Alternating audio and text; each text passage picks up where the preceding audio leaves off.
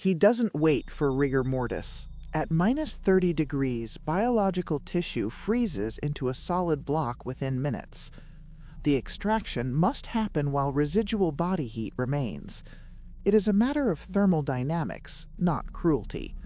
You eat the meat raw, warm, and bloody, because fire is a luxury you lost weeks ago.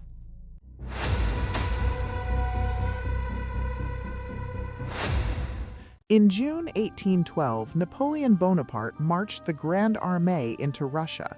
600,000 men, the greatest military force the world had ever seen. 6 months later, less than 30,000 stumbled out alive. 570,000 men didn't just disappear, they were dissolved. History books will tell you they were defeated by General Winter or Russian strategy. That is a lie. Or at least, it's not the whole truth. Forensic analysis of mass graves in Vilnius reveals a much darker story. A story of biology turning against itself. Today, we are not discussing battlefield tactics. We are breaking down the mechanics of starvation, the forensic reality of freezing to death, and the unthinkable things men ate to survive the retreat from Moscow. Welcome to the WarSim.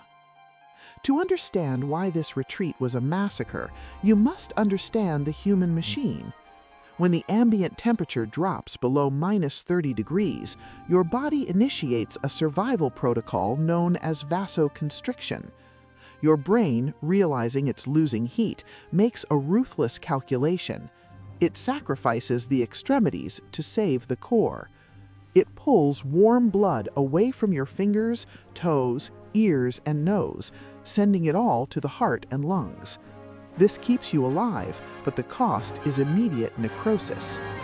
The fluid inside your cells crystallizes. Sharp ice shards puncture the cell walls from the inside out. Diaries from survivors describe a horrifying sound, the clinking of frozen fingers. Soldiers would try to grip their muskets, but their hands were so frozen they felt like wood. If they struck the metal too hard, their crystallized fluids compromised the structural integrity of the bone. Under impact, the necrotic tissue separates completely. This is spontaneous auto-amputation caused by extreme frostbite. But the cold does something even stranger to the mind. As the core body temperature drops below 32 degrees Celsius, the brain begins to misfire. Reasoning vanishes. Apathy sets in. You stop shivering. You stop caring.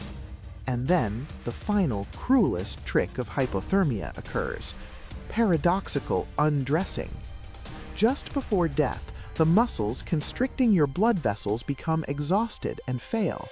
Suddenly, all that warm blood from your core rushes back into your frozen skin. You don't feel cold anymore. You feel an intense burning heat. You feel like you are on fire. Russian pursuers often found French corpses completely naked, frozen in the snow, with their clothes neatly folded beside them. They didn't die in agony. They died thinking they were warm. If the cold didn't kill you, the caloric deficit would. A soldier marching through deep snow carrying 60 pounds of gear burns roughly 4,000 to 5,000 calories a day. The French rations had run out weeks ago. The countryside was scorched earth. So they invented the diet of death. First came the gunpowder soup. Soldiers would boil snow and mix in horse blood, but they craved salt. Their bodies were shutting down from electrolyte imbalance. In desperation, they broke open their musket cartridges and poured gunpowder into the broth. Gunpowder contains potassium nitrate, saltpeter. It tasted salty, tricking the brain, but it was toxic. It caused severe abdominal cramps and vomiting, further dehydrating men who were already dying of thirst. Yes, thirst. Surrounded by billions of tons of snow, the army was dying of dehydration. Eating snow lowers your body temperature, accelerating hypothermia. You had to melt it, but there was no wood for fire. It was a catch-22 of biological doom. When the horses were gone, they looked at their gear. Leather is, technically, biological material. It is treated chemical-soaked skin. Desperate soldiers boiled their own boots, their belts, and their ammunition pouches. They chewed on the leather for hours, trying to extract even a single gram of collagen. It provided zero nutrition. It simply filled the stomach, quieting the hunger pangs for an hour before the indigestible leather caused intestinal blockages. But the ultimate horror happens internally. This is called autophagy, literally self-eating. When the body has zero glycogen and zero fat left, it turns on the only fuel source remaining, you. Your body begins to catabolize your own muscle tissue. It eats your biceps, your thighs, and eventually the muscle of your heart. These men were walking skeletons, being digested from the inside out. And when your own muscles are gone, you look at the man falling beside you. For centuries, historians debated if the Grande Armée resorted to cannibalism. It was considered too civilized for that. But in 2002, a construction project in Vilnius, Lithuania, uncovered a mass grave.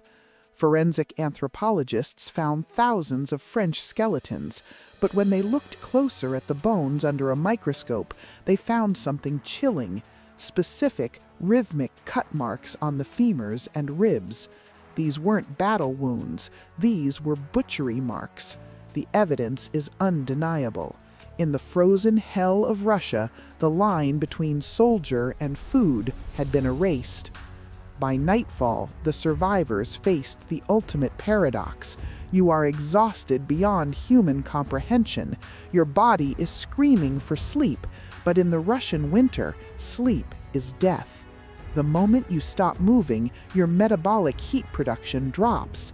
If you fall asleep alone in the snow, your core temperature will drift below 28 degrees Celsius. You won't wake up. You simply become part of the landscape. They called it the white sleep. To survive the night without fire, soldiers rediscovered a primal instinct, the human pile. They would form tight circles, lying on top of one another like wolves. It was a cruel biological lottery. Those in the center of the pile absorbed the collective body heat of the group, staying warm enough to survive. But those on the outer ring, they acted as human insulation. By nightfall, the men on the outside were often frozen solid, statues of ice protecting the living inside. To survive, you had to be ruthless enough to push your way to the middle. But what if there was no pile? What if you were alone? Then you resorted to the most grotesque survival tactic recorded in the memoirs of Baron Larry, Napoleon's surgeon. When a horse dropped dead from exhaustion, it was a tragedy for transport, but a miracle for survival. Desperate men would utilize the carcass as an organic insulator. The internal cavity retains a core temperature of 38 degrees, creating a temporary thermal shield against the freezing wind. Imagine the smell, the blood, the claustrophobia. You are sleeping inside a tomb of flesh to escape a tomb of ice. But it worked. The residual biological heat created a microclimate just warm enough to keep the heart beating until dawn. In the morning, you would cut your way out of the frozen shell, covered in gore, but alive for one more day of marching. So, what separated the 30,000 survivors from the 500,000 who died? It wasn't just luck, and it certainly wasn't their gear.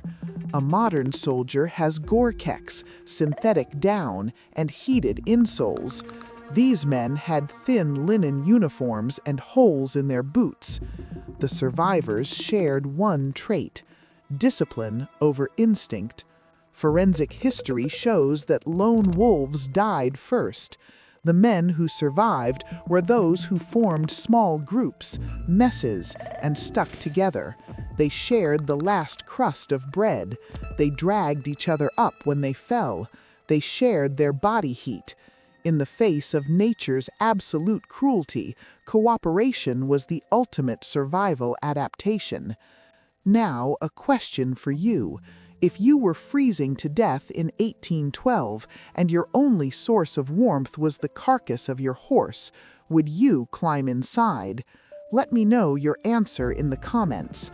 And if you want to know how medieval knights went to the bathroom in full armor without dying of infection, click this video right here.